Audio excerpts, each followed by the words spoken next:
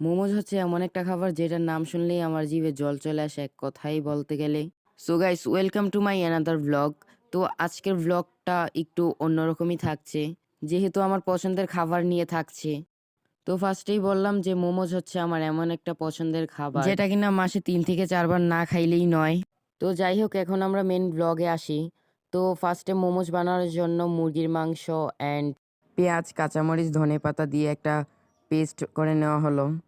তারপরে এগুলার সাথে একটা কি মশলা জানি দিল, ওইটা দেওয়ার পর হালকা একটু তেল দিয়ে মোমোজের শেপটা আনার জন্য ময়দা দিয়ে ছোট ছোট রুটি বানিয়ে নেওয়া হলো। তারপরে এগুলার ভিতরে মুরগির পেস্ট দিয়ে মোমোজের শেপ তৈরি করে নিল। তারপর চুলার মধ্যে একটা পাতিল বসিয়ে এর ওপরে একটা ঝালির মতো ঢাকনা দিয়ে মোমোজগুলা দিয়েই সিদ্ধ করে নেওয়া হলো। এগুলার কাজ শেষ। তো এগুলাকে জালি থেকে নামানোর সাথে সাথেই আমি খাওয়া শুরু করে দিলাম। তখনই আবার চলে গেল কারেন্ট। তারপর এইখানে চিলি সস বানিয়ে নেওয়া হলো। তো চিলি সসটা না দিলে একদম টেস্টি আসে না। তো এইখানে লাস্টে মোমোজগুলাকে সাজিয়ে দেন সসেস অ্যান্ড চিলি সস নিয়ে খাওয়া শুরু করে দিলাম।